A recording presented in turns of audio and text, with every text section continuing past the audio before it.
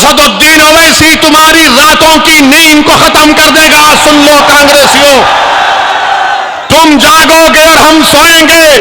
मैं जागूंगा और लड़ूंगा तुम्हारे लिए मेरे भाइयों और बहनों। नौजवानों, मेरी बात को जहन नशीन कर लो। ये लड़ाई तुम्हारे लिए है मेरे भाई, मेरे बेटों, ये लड़ाई तुम्हारे लिए है। मैं तुम्हारे लिए लड़ रहा हूं। मजलिस आपके रोशन मुस्तकबिल के लिए लड़ रही है। आज मध्य प्रदेश में एक तीसरे विकल्प की जरूरत है और मजलिस इत्तेहादुल मुस्लिमीन एक तीसरे विकल्प के रूप में आगे बढ़ेगी। मैं आपसे अपील करने आया हूं कि डरो तो सिर्फ अल्लाह से, डरना है तो सिर्फ अल्लाह से। ना कमलनाथ से डरो, ना मुख्यमंत्री से डरो, ना भाजपा से, ना कांग्रेस से डरो। डरो तो सिर्फ रब्बुल आलमीन से डरो। और याद रखो, आप ही के शहर के एक शायर ने कहा था, मंजर भोपाली ने कहा था कि ताकतें तुम्हारी है और खुदा हमारा है। याद रखो। और मैं जानता हूं कि मेरे यहां आने से भाजपा के लोगों के दिलो पेट में दर्द हो रहा है। मैं जानता हूं कि मेरे यहां आने से, मजलिस के इंतखाबात लड़ने से बड़े बड़े कांग्रेसियों की नींद हराम हो चुकी है। तो तुम अब नहीं सोओगे। याद रखो, तुम बहुत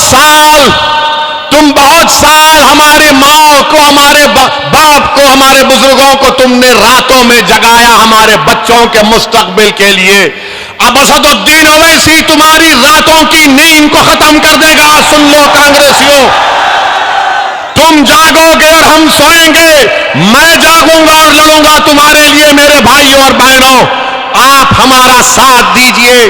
कांग्रेस और भाजपा नहीं चाहती कि मध्य प्रदेश में कोई तीसरा विकल्प निकल कर आए। आज मध्य प्रदेश की सियासत में, मध्य प्रदेश की राजनीति में एक तीसरा विकल्प के तौर पर इंशाअल्लाह ताला मजलिस इत्तेहादुल मुस्लिमीन उभरेगी। क्या आप मजलिस का साथ देंगे? क्या आप मजलिस का साथ देंगे?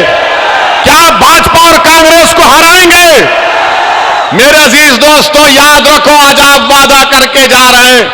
मैं भाजपा के लोगों से भी कहना चाहूंगा कि आपने खरगोन और सेंधवा में मासूम लोगों के घरों को तोड़ा। क्या भाजपा के लोग, क्या आपके दिलों में, आपके सीनों में धड़कता हुआ दिल नहीं है किसी का गरीब का घर तोड़कर आपको रात में नींद कैसी आती? हमको बताइए। किसी गरीब को उसके घर से बेघर करके आपको सुकून कैसे मिल सकता है? बताओ आप कि कौन सा इंसाफ है कि वसीम शेख जिसके हाथ नहीं है उसके दुकान को तोड़ दिया गया, ये कहकर के वो पत्थर फेंकने वाला था। बताओ मुख्यमंत्री, बताओ मध्य प्रदेश के होम मिनिस्टर जो मुझसे बहुत ज्यादा मोहब्बत करते हैं,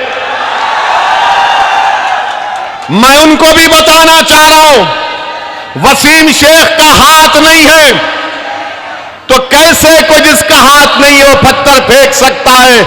क्या ये आपका इंसाफ है? क्या ये आपकी गरीबों से मोहब्बत की मिसाल है कि आप एक कमजोर जिसका हाथ नहीं है उसकी दुकान को आपने तोड़ दिया? मेरे अजीज दोस्तों और बुजुर्गों, आप अपने नुमाइंदों को कामयाब करिए, अपनी सियासी लीडरशिप को पैदा करिए ताकि इन नाइंसाफियों के खिलाफ लोकतंत्र में, जमहूरियत के दायरे में रहकर हम अपनी आवाज को उठा करेंगे। वरना याद रखिए, अगर आप इसी तरह सेकुलरिज्म की, सियासी सेकुलरिज्म की गुलामी करेंगे तो जिस तरह से 40 साल से आपका इस्तेसाल हो रहा है, एक्सप्लॉयटेशन हो रहा है, उसी तरह आपके नौजवानों का इस्तेसाल होगा। नौजवानों, मेरी बात को जहन नशीन कर लो। ये लड़ाई तुम्हारे लिए है मेरे भाई, मेरे बेटों, ये लड़ाई तुम्हारे लिए है। मैं तुम्हारे लिए लड़ रहा हूं। मजलिस आपके रोशन मुस्तकबिल के लिए लड़ रही है। आज मध्य प्रदेश में एक तीसरे विकल्प की जरूरत है और मजलिस इत्तेहादुल मुस्लिमीन एक तीसरे विकल्प के रूप में आगे बढ़ेगी। मैं आपसे अपील करने आया हूं कि डरो तो सिर्फ अल्लाह से, डरना है तो सिर्फ अल्लाह से। ना कमलनाथ से डरो, ना मुख्यमंत्री से डरो, ना भाजपा से, ना कांग्रेस से डरो।